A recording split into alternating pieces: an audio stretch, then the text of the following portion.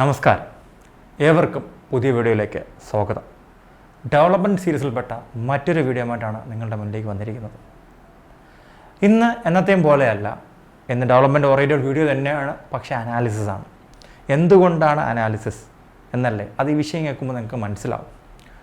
Thiruvananthapuram Kasaragod high speed railway line നമ്മൾ പലപ്പോഴായിട്ട് ചെയ്തിട്ടുള്ള വീഡിയോ ആണ്. അത് വീണ്ടും ലൈം ലൈനിലേക്ക് വന്നിട്ടുണ്ട്. കുറച്ചു കാലം അത് ഭയങ്കര ഹൈപ്പിൽ നിന്നു, പിന്നീട് അത് എവിടെയോ പോയി, വീണ്ടും അത് പൊന്തി വന്നിട്ടുണ്ട്. അപ്പോൾ നമ്മളിനി എപ്പോഴത്തെ പോലെ അതിൻ്റെ വാർത്താ പ്രാധാന്യത്തോടെ അവതരിപ്പിക്കുന്നതിൽ വലിയ കാര്യമൊന്നുമില്ലെന്ന് നമുക്ക് തോന്നിയതുകൊണ്ട് അതിൻ്റെ ഒരു അനാലിസിസ് നമുക്ക് നടത്താം. നേരത്തെ തിരുവനന്തപുരം കാസർഗോഡായിരുന്നു, ഇപ്പോൾ തിരുവനന്തപുരം കണ്ണൂർ പറയുന്നു. നേരത്തെ ഒരു അലൈൻമെൻറ്റ് പറഞ്ഞു, ഇപ്പോൾ മറ്റൊരു അലൈൻമെൻറ്റ് പറഞ്ഞു. നേരത്തെ 65,000 കോടി രൂപയായിരുന്നെങ്കിൽ ഇന്ന് 1,00,000 കോടി രൂപ പറയുന്നു. അങ്ങനെ പല കാര്യങ്ങളും ഇതിലേക്കായിട്ട് പറയുന്നുണ്ട്. അപ്പോൾ നമുക്കിവിടെ നോക്കേണ്ടതെന്ന് പറഞ്ഞു കഴിഞ്ഞാൽ ഇതിൻ്റെ ഫീസിബിലിറ്റിയാണ്. 2025 ഈ വർഷം. നമ്മൾ ഈ പ്രോജക്റ്റ് ഇന്ന് തുടങ്ങി കഴിഞ്ഞാൽ കുറഞ്ഞത് 6 വർഷം വേണം. നമ്മുടെ നാട്ടിലെ പ്രത്യേക സാഹചര്യം അനുസരിച്ച് അത് 7, 8, 9 വർഷവുമായിട്ട് കൂടുകയും ചെയ്യാം. അപ്പോൾ നമുക്കൊരു അസ്യൂം ചെയ്യാം 2025 അല്ലെങ്കിൽ 26 തുടങ്ങുന്നൊരു പ്രോജക്റ്റ് 35 തീരും. അതല്ല കൃത്യസമയത്ത് തീരുവാണെങ്കിൽ ഒരു 32 കൂടിയിട്ട് നമുക്ക് തീർക്കാനായിട്ട് സാധിക്കും. അങ്ങനെ വരുമ്പോഴത്തേക്കും നമ്മൾ മെയിൻലി ചെക്ക് ചെയ്യേണ്ട കാര്യം എന്ന് പറയുന്നത് ആ സമയത്തിൽ നിന്ന് ഒരു 50 വർഷം മുന്നോട്ട്, 100 വർഷമൊക്കെ എടുത്തു കഴിഞ്ഞാൽ അത്രയും നല്ലതാണ്. അപ്പോൾ ഈ ഒരു ട്രെയിന് ഹൈ സ്പീഡായിരിക്കുമോ, അല്ലെങ്കിൽ നമ്മളിപ്പോൾ ഒരു 200 കിലോമീറ്റർ സ്പീഡാണല്ലോ ഇപ്പോൾ പറയുന്നത്, അത് നമുക്ക് സ്പീഡ് കൂട്ടാനായിട്ട് സാധിക്കുമോ എന്നാണ് നമ്മൾ ചിന്തിക്കേണ്ടത്. അല്ലെങ്കിൽ ആ രീതിയിൽ വേണം ഇപ്പോൾ പാത പണിത് വെക്കേണ്ടത്. അപ്പോൾ 200 കിലോമീറ്റർ തുടങ്ങിയാലും ഭാവിയിൽ 350, 400, 450. ഇന്നത്തെ അവസ്ഥയിൽ ലോകത്തിലെ ഏറ്റവും വേഗതയേറിയ ട്രെയിനുകളുള്ളത് ചൈനയിലാണ്. അത് 380 കിലോമീറ്റർ സ്പീഡിലാണ് അവിടെ പോകുന്നത്. നമ്മളെ സ്റ്റാൻഡേർഡ് ഗേജ് പറഞ്ഞുകൊണ്ടിരിക്കുമ്പോൾ ചൈനയിലെ മിക്കവാറും ട്രെയിനുകളെല്ലാം, ഹൈസ്പീഡ് ട്രെയിനുകളെല്ലാം ബ്രോഡ് ഗേജിലാണ് വരുന്നത്. അപ്പോൾ ഇതിൽ പ്രധാനമായിട്ടും പറയുന്നതെന്ന് പറഞ്ഞു കഴിഞ്ഞാൽ ഈ പറഞ്ഞ ഫീസിബിലിറ്റിയാണ്. അപ്പോൾ അടുത്ത സംഭവം എന്ന് പറയുന്നത് നമ്മൾ ഫോക്കസ് ചെയ്യുന്നത്, അല്ലെങ്കിൽ നമ്മുടെ അതോറിറ്റീസ് ഫോക്കസ് ചെയ്യുന്നത് ഈ 200 കിലോമീറ്റർ സ്പീഡിലാണ്. അത് നേരത്തെ പറഞ്ഞ കാസർഗോഡ് വരെയില്ല. ഇപ്പോൾ പുതിയതായിട്ട് പറയുന്ന കാര്യങ്ങൾ എന്ന് വെച്ച് കഴിഞ്ഞാൽ കണ്ണൂർ വരെ എത്തിയേക്കും പുതിയ അലൈൻമെൻറ്റ് വരും. അതിൽ എടുത്തു പറയേണ്ട ഒരു നല്ല കാര്യമെന്ന് പറയുന്നത് ഈ തൂണുകളിലൂടെയും ഭൂഗർഭമായിട്ടും കടന്നു പോകുന്നതാണ്.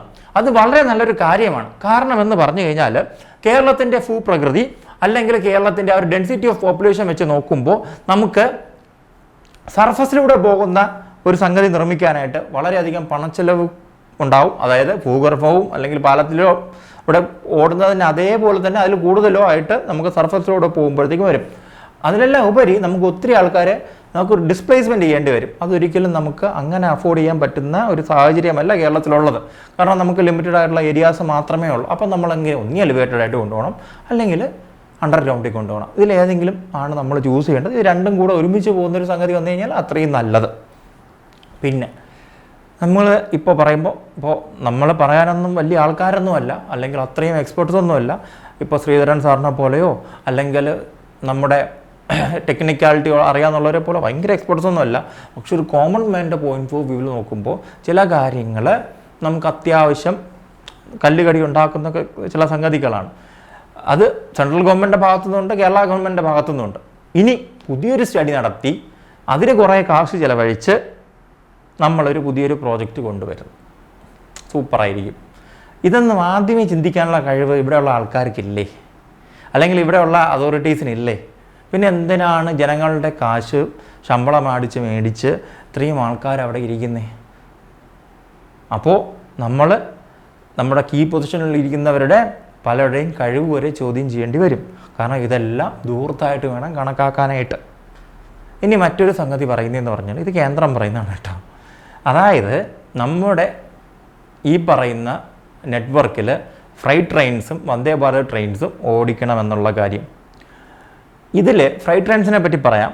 ഫ്രൈറ്റ് ട്രെയിൻസ് ഇപ്പോൾ നമുക്ക് ചൈനയാണല്ലോ ലോകത്തിലെ ഏറ്റവും വലിയ ബുള്ളറ്റ് ട്രെയിനിൻ്റെ ഉപഭോക്താക്കൾ എന്ന് പറയുന്നത്. അപ്പോൾ അവരെ തന്നെ എക്സാമ്പിൾ നോക്കാം. അവരവരുടെ മെയിൻ ലൈനിൽ അല്ലെങ്കിൽ അവരുടെ ഈ പറയുന്ന ബുള്ളറ്റ് ട്രെയിൻ ലൈനുകളിൽ നിങ്ങൾക്ക് തോന്നുന്നുണ്ടോ ബുള്ളറ്റ് ട്രെയിനുകൾ അവർ ബുള്ളറ്റ് ട്രെയിന് പുറമെ അവർ ഫ്രൈറ്റ് ട്രെയിൻസ് ഓടിക്കുന്നുണ്ടെന്ന്? സത്യം പറഞ്ഞാൽ ഓടിക്കുന്നുണ്ട്. എന്നാൽ അവിടെ ഒരു ബട്ട് എന്നൊരു സംഗതി ഇടുന്നുണ്ട്. കാരണം എന്ന് പറയുന്നത് പ്രൈമറിലി അവർ ഇത് യൂസ് ചെയ്യുന്നത് പാസഞ്ചറിനാണ്. കാരണം ഈ ഹൈ സ്പീഡ് റെയിൽവേ ലൈനും അല്ലെങ്കിൽ super high speed bullet train എന്നൊക്കെ പറയുന്നത് പ്രൈമറിലി നിർമ്മിച്ചിരിക്കുന്നത് പാസഞ്ചർ മൂവ്മെൻറ്റിന് തന്നെയാണ്. അതുകൊണ്ട് പ്രിഫറൻസ് പാസഞ്ചർ മൂവ്മെൻറ്റ് തന്നെയാണ്. പക്ഷേ അവർ സ്പെഷ്യലൈസ്ഡ് ബുള്ളറ്റ് ട്രെയിൻസ് നിർമ്മിച്ചിട്ടുണ്ട് ഈ ഫ്രൈറ്റ് മൂവ്മെൻറ്റ് ഹാൻഡിൽ ചെയ്യാനായിട്ട്. പാസഞ്ചർ ട്രെയിൻസിന് പ്രശ്നം വരാത്ത സമയത്ത് അവർ വല്ലപ്പോഴുമൊക്കെ ആ ട്രെയിൻസ് യൂസ് ചെയ്യുന്നുണ്ടെന്നാണ് അറിയാനായിട്ട് സാധിക്കുന്നത്. എക്സ്റ്റെൻസീവായിട്ടല്ല, റയറായിട്ട് അവർ യൂസ് ചെയ്യുന്നുണ്ട്. അപ്പോൾ യൂസ് ചെയ്യാനായിട്ട് സാധിക്കാതിരിക്കത്തില്ല. പക്ഷേ ഔട്ട് ഓഫ് എന്താ പറയുന്നത്, നമ്മുടെ കൊമേർഷ്യൽ നമ്മുടെ പാസഞ്ചർ ട്രെയിൻ ഉണ്ടല്ലോ, പാസഞ്ചർ ട്രെയിനിൻ്റെ അവേഴ്സ് കഴിഞ്ഞിട്ട് ബാക്കി സമയം ഉണ്ടെങ്കിൽ വേണമെങ്കിൽ അവർ ഓട്ടിക്കും. അപ്പോൾ പ്രൈമറിലി ഈ ഹൈ സ്പീഡ് നെറ്റ്വർക്ക്സ് എന്ന് പറഞ്ഞു കഴിഞ്ഞാൽ പാസഞ്ചർ മൂവ്മെൻറ്റിന് വേണ്ടി മാത്രമാണ് ഉപയോഗിക്കുന്നത്.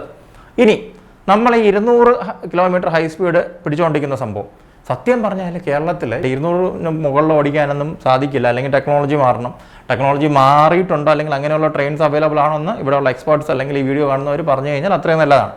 കാരണം നമുക്ക് അടുത്തടുത്ത് സ്റ്റോപ്പാണ്. മെയിൻ സിറ്റികൾ എന്ന് പറഞ്ഞു കഴിഞ്ഞാൽ വളരെ അടുത്തടുത്തായിട്ടാണ്. കാരണം അർബനൈസ്ഡ് ആയിട്ടുള്ളൊരു സൊസൈറ്റിയാണ് നമ്മുടെ കേരളത്തിലുള്ളത്. അപ്പോൾ നമുക്ക് ഓൺ ആൻ ആവറേജ് ഇപ്പോൾ പറയുന്നതെന്ന് പറഞ്ഞാൽ 135 കിലോമീറ്റർ സ്പീഡിൽ നമുക്ക് ഈ പറയുന്ന ഹൈ സ്പീഡ് റെയിൽ നമ്മുടെ കേരളത്തിൽ ഓടിക്കാൻ സാധിക്കുകയുള്ളൂ. അത് മാത്രമല്ല ഇത് കേരളത്തിന് സ്പെസിഫിക് ആയിട്ടാണ് നമ്മളിപ്പോൾ ഫോക്കസ് ചെയ്യുന്നത്. അങ്ങനെയാണെങ്കിൽ ഒരു പ്രശ്നം ഇതിൽ വരുന്നതെന്ന് പറഞ്ഞു കഴിഞ്ഞാൽ 135 കിലോമീറ്റർ ഓടിക്കാനായിട്ട് നിങ്ങൾ എന്തിനാണ് ഒരു പുതിയൊരു കെ റൈലോ സിൽവർ ലൈനോ പോലെ ഒരു പദ്ധതി കൊണ്ടുവരുന്നത്? ആൾറെഡി ഉള്ള ട്രാക്കിലുണ്ടാക്കിയാൽ പോരെ?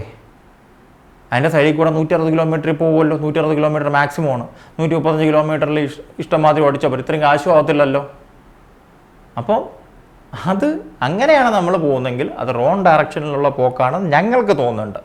അതല്ല, നമ്മളൊരു ഇൻ്റർസ്റ്റേറ്റ് കണക്ടിവിറ്റിക്കാണ് ഇത് പോകുന്നു എന്ന് വെച്ച് കഴിഞ്ഞാൽ ആ സമയത്ത് കേന്ദ്രത്തിന് നമുക്ക് വളരെയധികം ഇമ്പോർട്ടൻസ് ആയിട്ടൊരു പ്രൊജക്റ്റ് പോലെ ഇത് കൊടുക്കാനായിട്ട് സാധിക്കും. ഇപ്പോൾ മറ്റു പല ഹൈ സ്പീഡ് റെയിൽവേ നെറ്റ്വർക്കും നടക്കുന്നുണ്ട്. ഇപ്പോൾ പണികൾ നടക്കുന്നതെന്ന് പറഞ്ഞാൽ മുംബൈ അഹമ്മദാബാദാണ്. വാരണാസി ഡൽഹിയുടെ ഒരു പഠനം നടക്കുന്നുണ്ട്. ഹൈദരാബാദ് മുംബൈ, അതേപോലെ തന്നെ ഹൗറ വാരണാസി, പിന്നെ ഡൽഹി അമൃത്സർ, ഇങ്ങനെ പലതിൻ്റെയും ഇപ്പോൾ അതിനുമായിട്ടുള്ള പഠനങ്ങളോ അല്ലെങ്കിൽ അതിന് അപ്പുറമുള്ള കാര്യങ്ങളൊക്കെ അവിടെ നടന്നുകൊണ്ടിരിക്കുകയാണ്. അങ്ങനെ വരുമ്പോഴത്തേക്കും നമ്മുടെ സൗത്തിലുള്ള, അതായത് നമ്മുടെ ബാംഗ്ലൂർ, ചെന്നൈ ആ ഒരു സോണ് കോയമ്പത്തൂരിലേക്ക് നീട്ടുമെന്നും പറയുന്നുണ്ട്. അപ്പോൾ അതിലൊക്കെയാണ് നമ്മൾ കയറി പിടിക്കേണ്ടത്. ഇപ്പോൾ നമ്മുടെ ട്രെയിൻ എന്ന് പറയുന്നത് നമ്മുടെ കണ്ണൂർ വഴിയൊക്കെയാണ് പറയുന്നത്. ഏകദേശം 15 സ്റ്റോപ്പാണ് പുതിയ അലൈൻമെൻറ്റിലൊക്കെ പറയുന്നത്. ഇത്രയും സ്റ്റോപ്പൊന്നും നമുക്ക് വേണ്ട. ഒരു ജില്ലയിൽ ഒരു സ്റ്റോപ്പ് മതി മാക്സിമം കൊടുക്കുക. ഒരു ജില്ലയിൽ ഒരു സ്റ്റോപ്പ് കൊടുക്കുക. കേരളത്തിൻ്റെ പ്രത്യേക സാഹചര്യത്തിൽ ഇപ്പോഴത്തെ അവസ്ഥയിൽ നമ്മൾ പ്രോജക്റ്റ് തുടങ്ങുമ്പോഴുള്ള കാര്യമാണ് പറയുന്നത്. എന്നിട്ട് കേന്ദ്രത്തോട് പറയുക, ഇത് ഭാവിയിൽ മംഗലാപുരത്തേക്ക് ലൈനുകൾ വരുമ്പോൾ അല്ലെങ്കിൽ മുംബൈ ലൈന് തന്നെ നമുക്ക് ഈ ഒരു റെയിൽവേ ലൈൻ നമ്മൾ കണ്ണൂരല്ല എപ്പോഴും കാസർഗോഡിനെ അവഗണിക്കുകയാണ് ചെയ്യുന്നത്. കേരളത്തിൽ മൊത്തം വരുന്നൊരു പ്രൊജക്റ്റ് കാസർഗോഡും വരണമെന്ന് തന്നെയാണ് ഞങ്ങൾ പറയുന്നത്. അല്ലാതെ കണ്ണൂർ കൊണ്ട് അവസാനിപ്പിക്കേണ്ട കാര്യമൊന്നുമില്ല. ഒരു 100 കിലോമീറ്റർ അപ്പുറത്ത് നിന്ന് അവസാനിപ്പിച്ചാലും വേറെ പ്രശ്നങ്ങളൊന്നും വരാനായിട്ട് പോകുന്നില്ല. എന്തുകൊണ്ടാണ് ഇങ്ങനെയൊക്കെ ചിന്തിക്കുന്നത്? ഒരു ജില്ലയെ മാത്രം തന്നെ നിങ്ങൾ എക്സ്ക്ലൂഡ് ചെയ്യുന്നേ? അപ്പോൾ കേരളത്തിന് വേണ്ടിയിട്ടുള്ളതാണ്, കേരളത്തിന് വേണ്ടി മൊത്തം വയ്ക്കുക. ഭാവിയിൽ ഈ പറയുന്ന മുംബൈയിലോട്ടോ അല്ലെങ്കിൽ മംഗലാപുരത്തേക്കോ കോയമ്പത്തൂരേക്കോ എക്സ്റ്റെൻഡ് ചെയ്യാനുള്ള ഒരു അവസരം കൂടി കണ്ടുകൊണ്ട് പ്രോജക്റ്റ് ഡീറ്റെയിൽഡ് റിപ്പോർട്ട് സമർപ്പിക്കുക. അങ്ങനെ വന്നാൽ മാത്രമേ കേന്ദ്രം നമുക്ക് കാശ് എടുത്ത് തരത്തുള്ളൂ. അല്ലെങ്കിൽ പണ്ട് 2500 കോടി നമുക്ക് തരാനുണ്ടായിരുന്ന സമയമാണ് നമ്മുടെ കേരളിൻ്റെ തുടക്കകാലത്ത്. അതുപോലും തരാൻ പറ്റില്ലെന്ന് പറയുന്ന ടീംസാണ് കേന്ദ്രം എന്ന് പറയുന്ന സംഭവം. അവരിഞ്ഞിപ്പോൾ 30,000 കോടി ഇതിലേക്ക് മുടക്കുമെന്ന് പറഞ്ഞു കഴിഞ്ഞാൽ അവർക്ക് ഫീസിബിളായിട്ട് തോന്നണം, ഫ്യൂച്ചറിസ്റ്റിക് ആയിട്ട് തോന്നിയൊരു പ്രോജക്റ്റും അല്ലെങ്കിൽ കേരളത്തിനകത്ത് മാത്രമുള്ള ഒരു ഓഫ് പ്രോജക്റ്റായിട്ട് അവർ കൊണ്ടുവന്ന് കൊടുത്തു കഴിഞ്ഞാൽ ഇതൊന്നും നടക്കത്തില്ലെന്ന് പറഞ്ഞാൽ നേരെ വേസ്റ്റ് ബോക്സിലേക്ക് സെൻട്രൽ ഗവൺമെൻറ് എടുത്തിടും. പിന്നെ നിങ്ങൾക്ക് കൃത്യമായിട്ട് ഈ പ്രോജക്റ്റ് വേണമെന്ന് പറഞ്ഞാണ് ചെയ്യുന്നതെങ്കിൽ ഈ പ്രോജക്റ്റ് നടക്കും, യാതൊരു സംശയവുമില്ല. എലക്ഷൻ ഗിമിക്കാണെങ്കിൽ ഇലക്ഷൻ വരുന്നുണ്ട്. ഈ വർഷവും അടുത്ത വർഷമായിട്ട് 2 ഇലക്ഷൻസാണ് കേരളത്തിൽ നടക്കാനായിട്ട് പോകുന്നത്. അപ്പോൾ അങ്ങനെ ഇലക്ഷൻ വരുമ്പോൾ ഇതൊരു ഇലക്ഷൻ സ്റ്റണ്ടായിട്ട് വേണ്ടി മാത്രമാണ് ഇത് ചെയ്യുന്നതെങ്കിൽ സോറി, നമുക്കൊന്നും പറയാനില്ല. ഇതൊരു വെള്ളാനയായിട്ട് മാറും. അപ്പോൾ അത്രത്തോളം നല്ല രീതിയിൽ കൊണ്ടുപോയി നല്ല രീതിയിൽ പ്ലാൻ ചെയ്ത് നല്ല രീതിയിൽ സ്ട്രാറ്റജിക്കായിട്ട് പ്ലേസ് ചെയ്ത് ഇത് പ്രസൻറ്റ് ചെയ്താൽ മാത്രമേ ഈ പ്രൊജക്റ്റ് ഓണാവത്തുള്ളൂ. ഇനി അടുത്തൊരു $1 മില്യൺ സംഭവമുണ്ട്. കേരളത്തിന് ഇതിന് വല്ല കാശും ഉണ്ടോ? കേരളം തന്നെ ഇപ്പം തന്നെ കടമെടുത്തിട്ടാണ് നാട്ടുകാർക്ക് ശമ്പളം കൊടുക്കുന്നത്, ജോലിക്കാർക്ക് അതുപോലെ തന്നെ ഗവൺമെൻറ് എംപ്ലോയീസിനെല്ലാം ശമ്പളം കൊടുക്കുന്നത്. അപ്പോൾ ഇത്രയും വലിയ മാഗ്നിറ്റ്യൂഡുള്ളൊരു പ്രോജക്റ്റ് നമ്മൾ എങ്ങനെ വർക്കൗട്ടാക്കും? അതുപോലെ തന്നെ നമ്മൾ എവിടെ നിന്ന് ഇതിനുള്ള റവന്യൂ ജനറേറ്റ് ചെയ്യും, അല്ലെങ്കിൽ ഈ ഒരു പ്രോജക്റ്റ് ലോഞ്ച് ചെയ്ത് കഴിഞ്ഞാൽ നമ്മൾ എവിടെ എങ്ങനെ ലാഭം ഉണ്ടാക്കും, അതൊക്കെയാണ് നമുക്കിവിടെ ചിന്തിക്കേണ്ടിയിരിക്കുന്ന സംഭവങ്ങളെന്ന് പറയുന്നത്. നമ്മുടെ കേരളത്തിൽ ഈ ട്രെയിന് ദിവസം മൊത്തം ഓടിച്ചു കഴിഞ്ഞാൽ ആൾക്കാർ എല്ലാ സമയത്തും ഉണ്ടാവുമോ, അല്ലെങ്കിൽ ഈ ട്രെയിനിൻ്റെ ഫ്രീക്വൻസി എങ്ങനെയാണ്, നമ്മൾ എന്ത് ബദൽ മാർഗമാണ് ഇതിലെ അപ്പോഴാണ് ഈ ഫ്രൈറ്റ് ട്രെയിൻസ് നമ്മൾ അപ്പാടെ അങ്ങ് തള്ളിക്കളയേണ്ട എന്ന് പറയുന്ന ഒരു സംഗതിയിലേക്ക് വരുന്നത്.